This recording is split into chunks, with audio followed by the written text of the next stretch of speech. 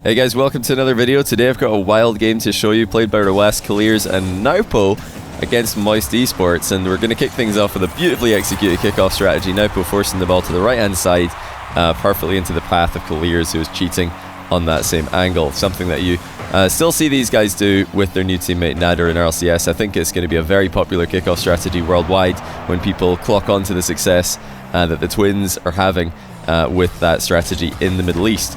Now, what exactly is going on here? Why are the Twins playing with Naupo? Well, what's going on is that we've got a Scrim from before Naupo received his ban, and I've been holding on to this one for a bit. I wanted to see exactly what was going to happen with that whole situation before just making a video about this, but yeah, it seems like everything's resolved. Naupo's been banned for a year. He's responded very maturely to it, and now Rwest and Clears are thriving with their new teammate. You know, if they didn't have a great start with their new teammate, I probably wouldn't show you guys this replay because I feel like it would just be too much of a negative reaction to their new teammate, and everybody would say, wow, look at Naupo, Rwest, Clears competing with one of the best teams in Europe, and now with their new teammate they can't do the same. But actually with Nader on the roster, they seem to be playing extremely well, so I don't think there will be any negativity from seeing a game with Naupo from before the ban took place. So yeah, okay, a couple of mistakes there from all three players that were on POV with. Naupo really taking too much time on the first kickoff goal from Moist, and then Rwest failing a speed flip. At the same time, Clears fails a wave dash to allow a second kickoff goal. And now, you know, Moist really connecting well with the physical plays. Great timing with the demos there to get 2 goals in quick succession, actually 3 goals in quick succession, to take the lead. And you know, as you're going to see as this game continues, it is an absolute slaughter. We've got another goal. Clears soft air dribble on target. Astral unable to get a strong touch on it, and really didn't help out his goalkeeper too much there either. So this is the new Moist roster, for those of you who aren't aware. I'm sure a lot of you saw them qualify.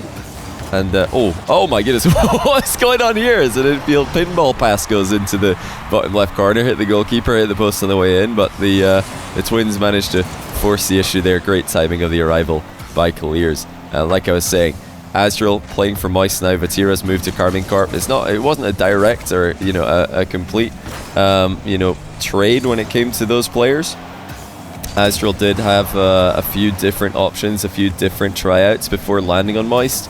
But yeah, Vatira, oh, and Naupo with a double there. That looked to be pretty unstoppable. Yeah, Vatira did kind of instigate all of that by leaving Moist, joining Carmine Corp. And he's going to be playing with his new teammates, Itachi, who stayed on Carmine Corp since last season, and Exotic. I'm really excited to see Exotic on a top tier roster. This is the first time he started a season on a world-class roster. Yeah, I've really rated him for a long time, so I think that they're going to do pretty well. But that rivalry between Carmine Corp and Moist is going to be oh so interesting to see. Two of the biggest fan bases in EU, Rocket League, definitely the 2 biggest viewing parties on day ones when it comes to EU, and indeed all around the world of Rocket League. Cannot wait to see how those teams do against each other. But my initial thoughts are that it's going to be very different from Moist. With Astral on the roster, he is a much more aggressive player than Vatira. Vatira very, very solid in defense. In some events that he played last season, just simply the best defender in the entire tournaments. Very good goalkeeping, very good 50-50 game. Great ball control and defense, very hard to dispossess, and just very good at getting 2 players out of the game, just using his own limited boost at times. He's still such a danger. So that's not what Astral is expected to do on this roster. I think he's more of a attacking player. And seeing Astral and Joyo in particular teaming up, that's a pretty scary thought to go up against. And we'll have to see if Rise can be that guy at the back to have everything under control defensively, or if that's even part of the plan. Rise, of course, a very prolific goal scorer and great, I think just great finisher, especially in high pressure situations. I think it will work pretty well to have him as 3rd man moving in to take the shot once everybody else is out of the game. So we almost see another kickoff goal there for Moist. We've seen very aggressive kickoffs by both teams. Of course, I want to remind you guys, this is a scrim, so it's no surprise to see teams taking risks and practicing strategies that would otherwise be more risky to play out in tournaments. Great read there by Clears, knowing exactly what Naupo would be capable of. If you do enjoy seeing this kind of gameplay, if you enjoy seeing teams practicing against each other, especially cross-region scrims, be sure to let me know in the comments. I will definitely be trying to, myself at least, this is something I just like to do out of interest and indeed for educational purposes going into international events. I like to try and see international scrims, and if that's content you guys want to see on YouTube, then I can definitely make that happen. It's something that tends to happen on my Twitch stream in the run-up to international majors, but especially with KRN, Clears, Ruas, and Nader's recent success in Middle East Event 1, I absolutely want to see more, or any really, of that team scrimming top EU rosters. Oh dear, that's just going to go all the way in. Moist overextend, take a very bad challenge. The ball's in the back of the net, and this is something you really don't want to do against Ruas and Clears and Naupo, and indeed by extent Nader, their new teammate. You don't want to go really all in 50-50s against them. Falcons were trying to get a 50-50 game going against them in the Middle East Grand Final recently, and it just didn't really work out. They're just so solid in that regard. This is a bit of an awkward position here for Clears. He's trying to path around, avoid bumps, pick up small boost pads and stay in the net, and he can't do it. Can't cover all angles. Moist get the tie game with just 13 seconds left. Look at that scoreline, 6-all. Every single goal has been ruthlessly struck. Now let's see if any more drama will happen in 0 seconds. I reckon most of you guys, based on the length of this video, will probably guess what is going to happen here, and indeed, not quite yet, but we will be headed to an extension, and there it is, overtime for the final game. I don't think I actually mentioned this was the final game off this scrim block that these two teams played. They're seeing if they can get the overall win. You know, the team who finishes off the scrim block with a win will always feel pretty good about it. And oh, that could have been it, but a pre-jump save for Clears blocks the very point-blank range shot there from Rise. Fantastic reading of defensive plays, something else that this team I think will become very famous for. It's something that I've been very impressed with in the past, especially from Ruas in particular. Goal line positioning, goal line efficiency, and not surprised to see the team bringing it into 3v3, but like I mentioned before, with Nader on the roster, they just look like they're by far the best defense in the Middle East. You know, I think Falcons probably still have the best offense, but it's not by as large a margin as this team's improved defense. And what you're seeing right now is not really an indication of what to expect from the Nader edition of this roster. You don't expect to see them ever conceding 6 goals. Like I said, this is a practice game, so they're really testing the limits. They're pushing themselves. And now they're into overtime, and Moist as well. Seems like both teams playing this one out a little bit more carefully. Clears thought about jumping, decided against it after seeing that Joyo probably did have a clear ball. And a lot of pressure on the ball now from both teams. As Clears sits at the back, you know, his teammates aren't rotating away from the play in front of him. They're just going straight towards the ball, trying to alleviate pressure, trying to make sure that Clears doesn't have to commit from a deep position. But these guys give each other plenty space in the field as well. They're not getting in each other's way. They're not cutting each other off. They're not taking the ball or competing for possession all that frequently.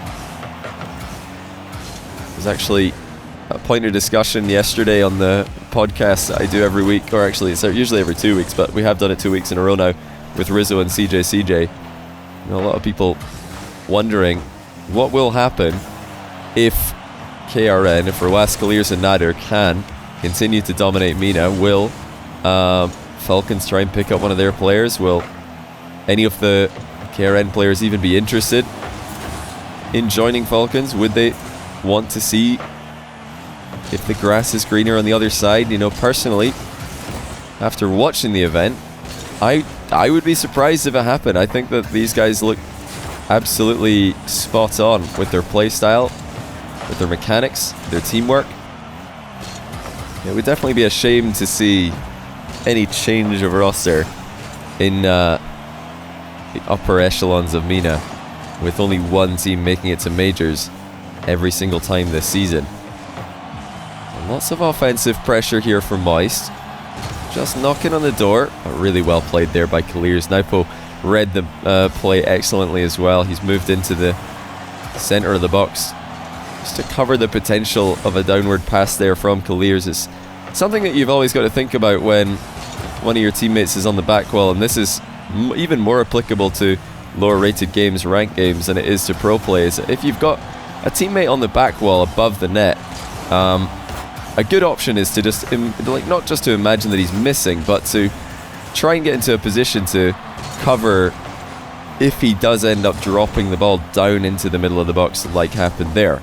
There's no point just leaving and imagining a boomer of a clear, because if your teammate does boom it, then that's great anyway. You don't need to be there to continue taking control of the ball in the back corner. It's really only necessary for you to do something if he doesn't get a big clear. That's the best way to follow up on any position your teammate looks like they might be feeling awkward. Pros do it all the time. They don't imagine that, they don't assume that their teammate's going to miss, but they're there just in case a touch goes wrong.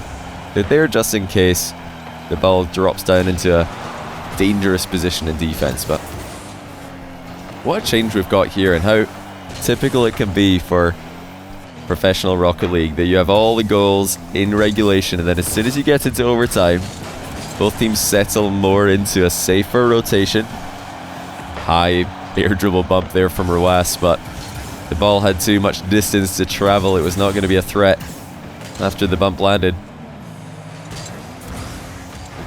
Astral managing to get past the reverse wall challenge there of Clears. That's the first challenger. It wasn't really too much of a problem, as now Joyle seems like he might have lost control here. Clears trips it up to Naupo. He didn't quite get the drop down pass that he wanted there. If he sent that one straight downwards, looked like there was a chance for Clears to bury it before anyone from Moist arrived on the scene. Love that from Clears. You know, he had an option to his left there. Naupo was lingering on the left hand side, but it would have been risky to fire in that angle. That's a great touch as well by Astral, who seems to be the toughest to read at this moment for the Twins and Naupo. They're struggling to deny him outplays and winning touches. So now it seems like boost might be an issue for Rawas. He just missed there, but now he's secured a back corner. That's going to be him right back in the game. His attempt to pass down the line to Naupo is thwarted by a demo. Not sure about that one by Clears. He didn't get much distance on that. Tried to chip it over the top of the first man there from Moist and accidentally passed it to him. Even if it did go past the first man, it looked like it was going to be conceding possession.